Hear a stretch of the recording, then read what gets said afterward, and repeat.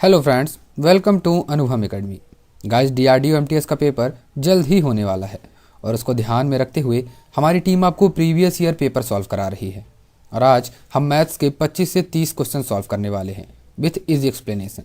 Guys, इस previous year paper को solve करने से पहले मैं आपको बताना चाहूँगा कि जितने भी मैथ्स के क्वेश्चन आज हम सॉल्व करेंगे उसी क्वेश्चंस को हमने फ्री मॉक टेस्ट में कन्वर्ट कर दिया है। डिस्क्रिप्शन पे लिंक दी गई है, उस लिंक पर क्लिक करके आप फ्री मॉक टेस्ट दे सकते हैं। उसके बाद आपने कहाँ पर क्या गलती की, कितने क्वेश्चंस को स्किप किया, उसे समझने के लिए इस वीडियो को ध्यान से देखें।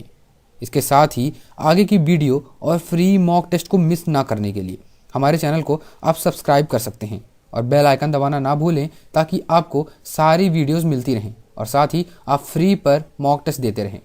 गाइस, आई गारंटीड अगर आप रेगुलरली 1 से 2 मॉक टेस्ट देते हैं तो आपका डीआरडीओ एमटीएस का प्री तो निकल ही जाएगा। तो गाइस, चलिए शुरू करते हैं। तो हमारा पहला क्वेश्चन है, संख्याओं के 4 जोड़े समूह दिए गए हैं जिनमें से एक को छोड़कर सभी किसी तरीके से समान है। मतलब इनमें से 4 ऑप्शंस में से 3 तो सेम है और एक डिफरेंट है और उसे हमें फाइंड आउट करना है। तो गाइस, एक बार आप ट्राई करिए, ट्राई करने के बाद मैं आपको बताता हूँ। तो गाइस, आई होप आपने ट्राई किया होगा, वीडियो को रोक कर आपने ट्राई किया होगा। तो चलिए अब मैं इसकी ट्रिक बताता हूँ। तो हम पहले ऑप्शन नंबर ए लेते हैं। तो ऑप्शन नंबर ए है 4 4। तो इसको हम कैसे करेंगे, 4 + 4 = 8 होता है। ऑप्शन नंबर 2 लेते हैं 5 3। तो यहाँ पर 5 + 3 = 8 होता है। और सी लेते हैं 6 2। तो यहाँ पर भी 6 + 2 = 8 होता है। और डी ऑप्शन लेते हैं 7 3।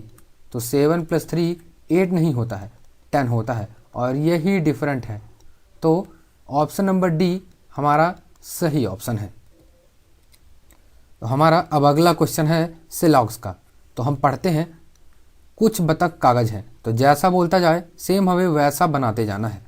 तो कुछ बतख कागज हैं, तो यहाँ पर हम बतख लिखते हैं। तो जो कुछ बतख हैं वो कागज हैं। दूसरी लाइन है, कुछ कागज खिलौने हैं। तो यहाँ पर हम खिलौने बनाते हैं। देखिए ये कुछ है, कुछ खिलौने कागज हैं, सॉरी कुछ कागज खिलौने हैं। तीसरी लाइन है, सभी खिलौने रेल हैं। तो जो सभी के सभी खिलौने हैं वो आएंगे रेल के अंदर। अब हम निष्कर्ष का चुनाव करते हैं, सभी के सभी बतख खिलौने हैं। जो सभी बतख हैं क्या वो खिलौने हैं? बिल्कुल नहीं, क्योंकि बतख ये है और खिलौने ये है। तो क्या सभी के सभी बतख हैं वो खिलौने के अंदर आ रहे हैं? बिल्कुल नहीं। तो पहला ऑप्शन जो है वो गलत हुआ। दूसरे ऑप्शन की ओर चलते हैं, कुछ रेल बतख हैं। जो कुछ रेल है ये हमारी रेल है और ये हमारी बतख है। तो क्या कुछ रेल बतख हैं? बिल्कुल नहीं, क्योंकि रेल यहाँ पर है और बतख यहाँ पर है। मतलब ऑप्शन नंबर बी भी हमारा गलत हुआ। तीसरा ऑप्शन है, कुछ रेल कागज है। जो कुछ रेल है वो कागज है? बिल्कुल हाँ, ये जो कुछ रेल है वो हमारी कागज है। मतलब ऑप्शन नंबर 3 हमारा सही हुआ। ऑप्शन नंबर 4 देखते हैं, सभी कागज रेल हैं। सभी के सभी जो कागज हैं क्या वो रेल हैं? बिल्कुल नहीं। तो ऑप्शन ये भी गलत हुआ। मतलब हमारा ऑप्शन सी सही है। अगला क्वेश्चन है हमारा, अगर डेंजर को 42369 लिखा जाता है और म्यूजिक को 75018 लिखा जाता है तो एडमिन को क्या लिखा जाएगा? ADMIN। गाइस, एक बार वीडियो रोक कर आप कोशिश कर सकते हैं। गाइस, आई होप आपने वीडियो को पॉज किया होगा और एक बार कोशिश की होगी। तो चलिए अब मैं इसकी ट्रिक बताता हूँ। तो डी का यहाँ पर कोड होगा, मतलब डी की जो वैल्यू है प्लेस वैल्यू होगी। मतलब डी की वैल्यू 4 होगी, ए की 2 होगी, एन की जो है वो 3 होगी और ई की जो है वो 6 होगी और आर की 9 होगी। इसी तरह ए की वैल्यू क्या होगी? तो यहाँ से हम गिनते हैं, डी के बाद ए आ रहा है तो इसी तरह 4 के बाद 2 आ रहा, मतलब ए दूसरे नंबर पर है तो यहाँ पर दूसरे नंबर पर 2 है तो मतलब ए की वैल्यू 2 होगी। उसी तरह डी की वैल्यू क्या होगी? डी पहले नंबर पर है तो पहले नंबर पर यहाँ पर क्या है? 4 है, मतलब डी की वैल्यू 4 होगी। और यम यहाँ पर पहले नंबर पर है म्यूजिक पर, तो यहाँ पर म्यूजिक का जो पहला नंबर है तो यहाँ पर 7 पहले नंबर पर आ रहा, मतलब यम की वैल्यू 7 होगी। आई लास्ट से सेकंड है, लास्ट से सेकंड पर 1 है तो आई की वैल्यू होगी 1। एन है डेंजर के बीचों बीच, तो यहाँ पर बीचों बीच है 3, तो यहाँ पर एन की वैल्यू होगी 3। तो आंसर क्या होगा 24713। तो 24713 हमारा ऑप्शन नंबर डी होगा। तो हमारा अगला क्वेश्चन है, एक आदमी के चित्र को देखते हुए इरफान ने कहा उसकी माँ मेरे पिता के बेटे की पत्नी है। तो यहाँ पर मेरे किसके लिए उपयोग हो रहा, मेरे इरफान के लिए उपयोग हो रहा। तो पहले हम यहाँ पर इरफान लिखते हैं। अब आगे क्या बोल रहा है, मेरे पिता मतलब इरफान के पिता, मेरे पिता के बेटे, और यहाँ पर दिखाई दे रहा है, देखिए यहाँ पर लिखा हुआ है मेरे कोई भाई या बहन नहीं है, मतलब मेरे पिता के बेटे, मतलब इरफान के पिता का बेटा कौन होगा, इरफान होगा, क्योंकि ना तो इरफान का कोई भाई है और ना ही बहन है। तो मेरे पिता के बेटे की पत्नी, तो इरफान की हुई पत्नी है। अब हम क्वेश्चन को दोबारा शुरू से पढ़ते हैं। तो एक आदमी के चित्र को देखते हुए इरफान ने कहा उसकी माँ, तो ये कौन है, ये पत्नी है, तो उसकी माँ मतलब यहाँ पर हम उसकी ही लिख देते हैं। तो उसकी माँ मेरे पिता के बेटे की पत्नी है, मतलब मेरे पिता के बेटे की पत्नी है।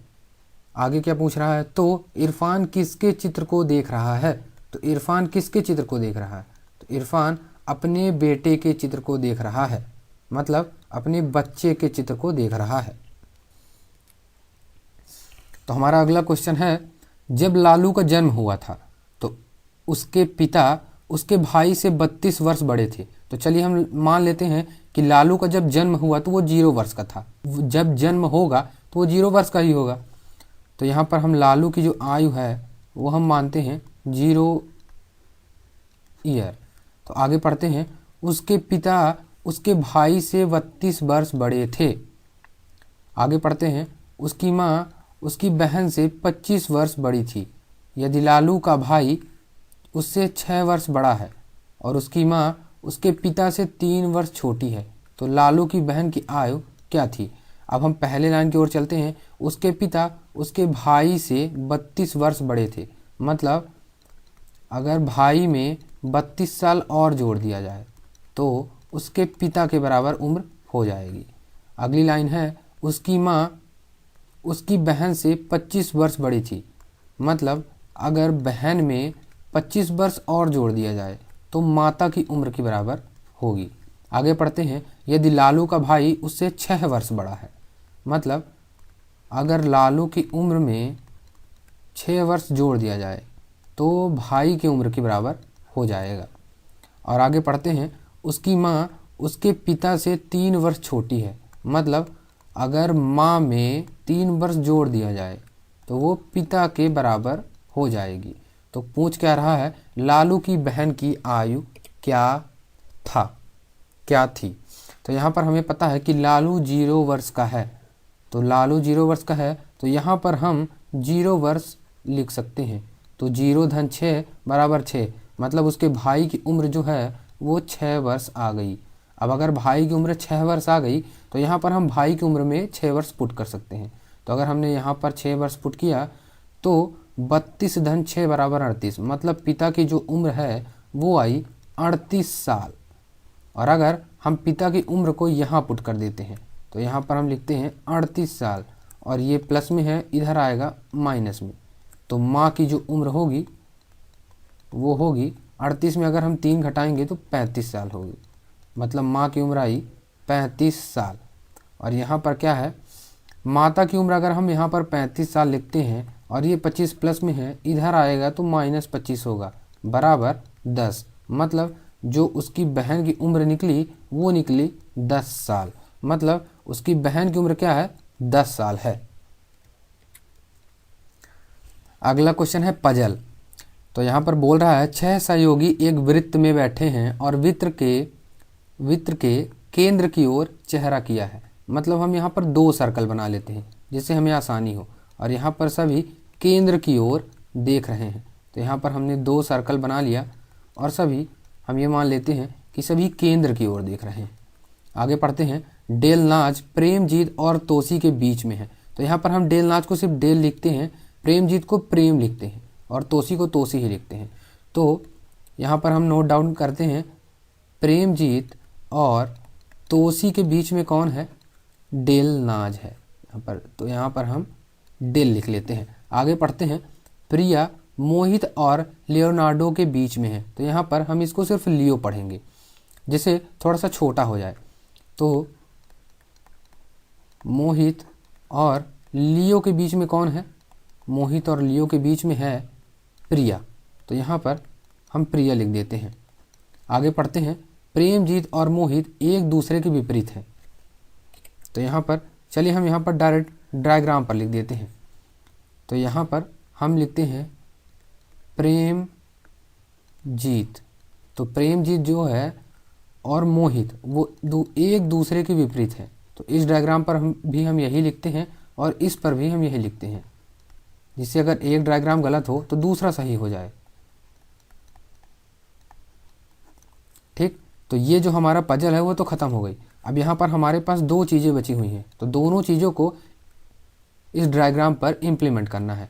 तो देखिए, प्रेमजीत जो है और तोसी है उसके बीच में डेल है, तो ये प्रेमजीत है, तो यहाँ पर प्रेमजीत, यहाँ पर डेल आ सकता है और यहाँ पर तोसी आ सकता है, या तो यहाँ पर डेल आ सकता है, यहाँ पर तोसी आ सकता है। तो हम एक साइड इधर लेते हैं और इस डायग्राम में एक साइड इधर ले लेते हैं, तो यहाँ पर आएगा डेलनाज और यहाँ पर होगा तोसी, और इसी तरह हम इस डायग्राम पे उल्टे साइड ले लेते हैं, तो यहाँ पर डेलनाज कर देते हैं और यहाँ पर तोसी कर देते हैं। आगे पढ़ते हैं, मोहित और लियो के बीच में प्रिया है, तो मोहित यहाँ पर है और अगर हम लियो यहाँ पर बनाते हैं तो यहाँ पर आएगा प्रिया। इसी तरह मोहित, तो यहाँ पर होगा प्रिया और यहाँ पर होगा लियो। मतलब हमारे पास दो डायग्राम बने हैं और इसी दोनों डायग्राम के अकॉर्डिंग हमें आंसर सॉल्व करने हैं। जहाँ तक है ये दोनों डायग्राम के अकॉर्डिंग आंसर सॉल्व हो जाएगा। आप इसको लेके चलें या तो इसको लेके चलें, इन दोनों के अकॉर्डिंग क्वेश्चन सॉल्व हो जाएगा, क्योंकि हमें यहाँ पर इनकी एग्जैक्ट लोकेशन नहीं दी गई थी। तो हम आंसर पढ़ते हैं, क्वेश्चन को पढ़ते हैं 60 को। मोहित के पड़ोसी कौन है, तो मोहित का ये जो मोहित है इनका पड़ोसी है तोसी और प्रिया, तो यहाँ पर देखिए प्रिया और Tosi, option number C is the right answer, यहाँ पर सी सही है। आगे बढ़ते हैं। तो अगला क्वेश्चन है, प्रिया के सामने कौन बैठा है, तो देखिए प्रिया के सामने डेलनाज बैठा है और इस ऑप्शन को अगर देखते हैं, इस डायग्राम को देखते हैं तो यहाँ भी प्रिया के सामने डेलनाज ही बैठा है, तो आंसर होगा बी, डेलनाज। तो अगला क्वेश्चन है, तोसी के ठीक दाएं कौन है, तो अगर ये तोसी है अंदर की ओर देख रही है तो इसका दायां ये हुआ, तो यहाँ पर मोहित आ रहा है, और अगर यहाँ पर देखते हैं तो इसके दाएं में डेल आ रहा है। तो अब हमें ऑप्शन में देखना है कि क्या डेल है या मोहित है। तो ऑप्शन में डेलनाज है, लियोनार्डो है, प्रेमजीत है, प्रिया है, पर मोहित नहीं है। मतलब मोहित वाला ऑप्शन तो नहीं होगा, पर डेलनाज वाला ऑप्शन सही होगा। मतलब ऑप्शन नंबर ए जो है वो हमारा सही होगा। अगला क्वेश्चन है हमारा सिलॉक से। तो पहला कथन है, सभी बाल्टियां किताब है, तो हम बनाते हैं ये हुई बाल्टी और सभी जो बाल्टियां हैं वो किताब है।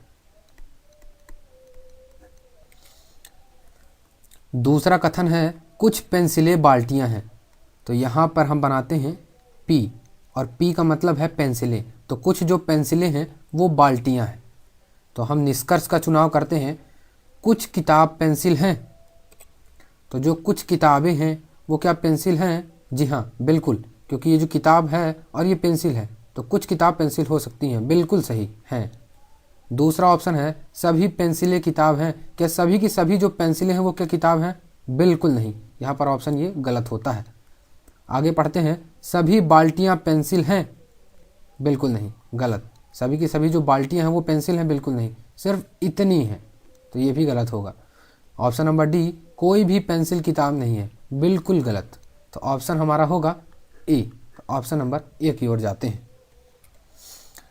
तो अगला क्वेश्चन है, अगर रोर को एस पी बी एस लिखा जाता है तो S T I N G को क्या लिखा जाएगा। तो यहाँ पर हम देखते हैं, अगर आर के बाद यस आता है, ओ के बाद पी आता है, ए के बाद पी आता है और आर के बाद यस आता है, तो उसी तरह यहाँ पर भी चलना है। तो यस के बाद टी आता है, टी के बाद यू आता है, आई के बाद जे आता है, एन के बाद ओ आता है, जी के बाद एच आता है। तो ये ऑप्शन हमारा कहाँ है, टी यू जे ओ एच, टी यू जे ओ एच। तो ऑप्शन नंबर डी की ओर हमारा आंसर जाता है। हमारा अगला क्वेश्चन है, हमारे पास 4 ऑप्शंस हैं और 4 ऑप्शंस में से 3 गलत हैं और एक किसी तरीके से समान है। तो यही देखना है, सॉरी 3 जो हैं वो एक तरीके से समान है और जो चौथा होगा वो डिफरेंट होगा और उसी को हमें चूज़ करना है। तो यहाँ पर देखिए, हमें बड़े आसानी से दिख रहा है कि 12 का अगर हम स्क्वायर करते हैं तो 144 होता है, और यहाँ पर अगर 13 का करते हैं तो भी ये नहीं गलत होगा, 16 का स्क्वायर करेंगे ये भी गलत होगा, और 15 का स्क्वायर करेंगे ये भी गलत होगा। मतलब ऑप्शन नंबर ए जो है वही हमारा राइट आंसर होगा। हमारा अगला क्वेश्चन है, अगर कंप्यूटर को 72036485 लिखा जाता है और लैपटॉप को 913423 लिखा जाता है, तो PLATTER। गाइस एक बार आप कोशिश करिए, मैं इसके बाद इसका ट्रिक बताता हूँ। गाइस आई होप आपने वीडियो को पॉज किया होगा और एक बार लगाने की कोशिश की होगी। तो यहाँ पर सिंपल है, सेम पहले क्वेश्चन की तरह। तो यहाँ पर C की जो वैल्यू होगी वो 7 होगी, O की 2 होगी, M की O होगी, P की 3 होगी, U की 6, T की 4, E की 8, R की 5। तो उसी तरह P की वैल्यू क्या होगी, तो P की वैल्यू होगी 3, L की वैल्यू होगी 9, A की वैल्यू होगी 1, T की वैल्यू होगी 4, E की वैल्यू क्या होगी, E की वैल्यू होगी 8 और R की वैल्यू होगी 5। गाइस हमें पता कैसे चलेगा कि C की वैल्यू ही 7 होगी, क्या पता C की प्लेस वैल्यू लिखी जाती। तो यहाँ पर हमें निकालने का एक तरीका है। यहाँ पर देखिए P की जो वैल्यू है वो 3 दी गई है और यहाँ पर भी P की वैल्यू जो है वो 3 ही दी गई है। जो T की वैल्यू है वो 4 दी गई है और यहाँ भी T की वैल्यू 4 है। तो इसी तरीके से हम इसका आंसर निकाल पाएंगे। तो यहाँ पर किसका मैच कर रहा है, कौन सा ऑप्शन मैच कर रहा है, तो ऑप्शन नंबर जो ऑप्शन नंबर जो सी है वो मैच कर रहा है। तो अगला क्वेश्चन है, ब्लड रिलेशन से सागर की ओर इशारा करते हुए नैना कहती है कि मैं उसके किसकी ओर डिनोट कर रहा है, सागर की ओर। तो पहले यहाँ पर हम सागर लिख देते हैं, आगे बढ़ते हैं। उसके दादा मतलब सागर के दादा मतलब सागर के पापा के पापा। आगे पढ़ते हैं, दादा के इकलौते बेटे मतलब इनके इकलौते बेटे मतलब सागर के पापा की बेटी हूँ मतलब सागर की बहन हूँ, मतलब ये है नैना। तो नैना का सागर के साथ क्या रिश्ता है, सिंपल है, बहन का रिश्ता है। तो ऑप्शन नंबर सी। अगला क्वेश्चन हमारा फिर से सिलॉक से, पहला कथन है कोई भी चूहा कुत्ता नहीं है। तो यहाँ पर हम चूहा बनाते हैं और थोड़ी दूर में कुत्ता बनाते हैं। क्वेश्चन में है कोई भी चूहा कुत्ता नहीं है। अगला पढ़ते हैं, सभी चूहे बिल्लियां हैं। सभी के जो सभी चूहे हैं वो क्या हैं, बिल्लियां हैं। निष्कर्ष की ओर चलते हैं। पहला निष्कर्ष है कोई भी चूहे बिल्लियां नहीं हैं। जो कोई भी चूहे हैं वो बिल्लियां नहीं है, बिल्कुल गलत। अगला ऑप्शन है कोई भी बिल्लियां चूहे नहीं है, जस्ट उसका अपोजिट, ये भी गलत। आगे पढ़ते हैं, कुछ चूहे कुत्ते हैं। क्या जो कुछ चूहे हैं वो कुत्ते हो सकते हैं, बिल्कुल नहीं, क्योंकि हमें पहले ही कथन में बताया जा चुका है कि कोई भी चूहा कुत्ता नहीं है या कोई भी कुत्ता चूहा नहीं है, मतलब ये भी गलत हुआ। तो फाइनली अगर 3 गलत हुए तो ये सही होगा, पर इसे हम चेक करते हैं। कुछ बिल्लियां चूहे नहीं है, जी बिल्कुल, कुछ जो बिल्लियां हैं वो चूहे नहीं है, बाहर है। तो ऑप्शन हमारा डी सही होगा। अगला क्वेश्चन है, संख्याओं के 4 जोड़े समूह दिए गए हैं जिनमें से एक को छोड़कर सभी किसी तरीके से समान हैं, मतलब इनमें से 3 तो सेम है और एक डिफरेंट है। तो यहाँ पर अगर हम 8 का स्क्वायर करते हैं तो ये होगा 64, 7 का स्क्वायर 49, 6 का स्क्वायर 36, पर अगर हम 9 का स्क्वायर करते हैं तो 81 आना चाहिए, जबकि यहाँ पर 80 है, मतलब answer number A is the right option. तो हमारा अगला क्वेश्चन है, यल का जो अर्थ है वो है जोड़ना, यम का जो अर्थ है वो है गुणा करना, यन का जो अर्थ है वो है घटाना, माइनस करना, और जो पी का अर्थ है वो है विभाजित करना, मतलब भाग देना। तो क्वेश्चन क्या है, 30p 2l 3m 6n 5। तो हम सभी की वैल्यूज़ पुट करते हैं। तो 30 p की वैल्यू क्या होगी डिवाइडेड बाई 2, l की वैल्यू क्या होगी +3, m की वैल्यू है इंटू 6 और n की वैल्यू क्या है -5। तो यहाँ पर हम लगाएंगे BODMAS बॉडमास रूल। तो पहले bracket of divide multiplication addition subscription, तो यहाँ पर डिवीजन आ रहा है पहले, तो यहाँ पर हम पहले डिवीजन करेंगे। तो अगर 30 को डिवाइडेड बाई 2 करते हैं, 30 divided by 2 is equal to 15, मतलब इतने की वैल्यू होगी 15, प्लस इसके बाद डिवीज़न के बाद यहाँ पर मल्टीप्लिकेशन किया जाता है। तो यहाँ पर 3 इंटू 6 18 -5। अब यहाँ पर पहले एडिशन होगा फिर सब्सक्रिप्शन होगा, सॉरी सब्सट्रैक्शन होगा। तो यहाँ पर हम कुछ भी कर सकते हैं। तो चलिए हम -5 को 15 से काटते हैं तो आएगा यहाँ पर 10, और 10 + 18 इज इक्वल टू 28। तो हमारा जो आंसर होगा वो होगा 28। 28 इज़ द राइट आंसर।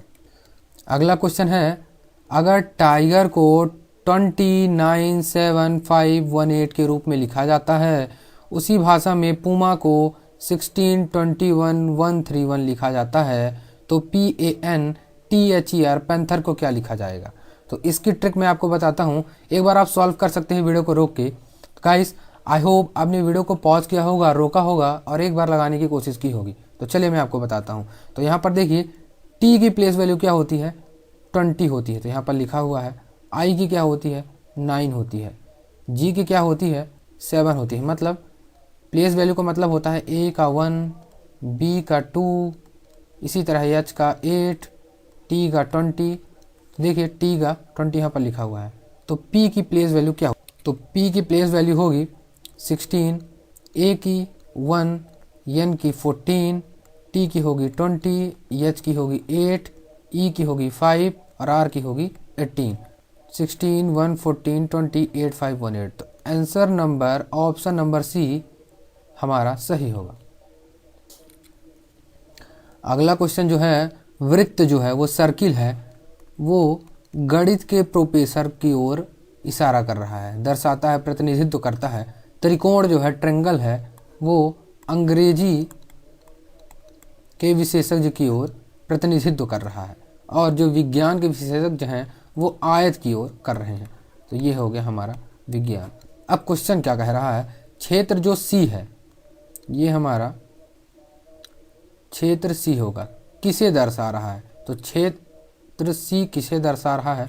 सीधे सीधे अंग्रेजी को दर्शा रहा है। तो ऑप्शन हमारा सी होगा। तो हमारा अगला क्वेश्चन है, अंग्रेजी के विशेषज्ञ, जैसा बोलता जाए वैसा आप सोचते जाइए अपने माइंड में। तो ये हुआ अंग्रेजी के विशेषज्ञ, जो विज्ञान के विशेषज्ञ भी हैं, मतलब जो विज्ञान के विशेषज्ञ हैं, मतलब हम इतने की अब बात करेंगे, सिर्फ इतने की। आगे बोल रहा है लेकिन प्रोफेसर नहीं है, मतलब गणित के प्रोफेसर नहीं है, मतलब ये नहीं, मतलब अंग्रेजी के प्रोफेसर हैं प्लस विज्ञान के भी हैं, मतलब इसकी बात की जा रही है। तो मतलब क्षेत्र जेड हमारा सही होगा। Option number D is the right answer. अगला क्वेश्चन है ब्लड रिलेशनशिप। तो पढ़ते हैं, एक तस्वीर की ओर इशारा करते हुए ऋतिक कहता है। तो पहले हम ऋतिक कह रहा है तो हम पहले ऋतिक को लिख लेते हैं। यहाँ पर ऋतिक कहता है कि तस्वीर में यह औरत मेरे भांजे, मतलब ऋतिक के भांजे। तो ऋतिक का भांजा कौन होगा? ऋतिक की बहन का लड़का। तो बहन का लड़का, मेरे भांजे की नानी, तो लड़के की नानी कौन होगी? ऋतिक की माँ होगी, या फिर ऋतिक की बहन की माँ होगी। तस्वीर में महिला ऋतिक की इकलौती बहन से कैसे संबंधित है? इस महिला का संबंध बताइए ऋतिक की इकलौती बहन से। तो क्या होगा? माँ। ऋतिक की बहन की क्या लगेगी? ये माँ लगेगी। तो आंसर क्या होगा? आंसर नंबर सी माँ होगा। गाइस, आज की वीडियो यहीं तक थी। हमारे 20 से 25 क्वेश्चंस पूरे हो चुके हैं। गाइस, आई होप ये वीडियो आपको पसंद आई होगी, और अगर वीडियो आपको पसंद आई होगी तो लाइक करना नहीं भूलिएगा, और साथ ही आप चैनल को सब्सक्राइब कर सकते हैं और अपने दोस्तों के साथ भी शेयर कर सकते हैं। और आगे की वीडियो अगर आपको ऐसी ही चाहिए और फ्री में मॉक टेस्ट चाहिए तो चैनल को ज़रूर से ज़रूर सब्सक्राइब करिएगा। Thanks for watching. Bye bye.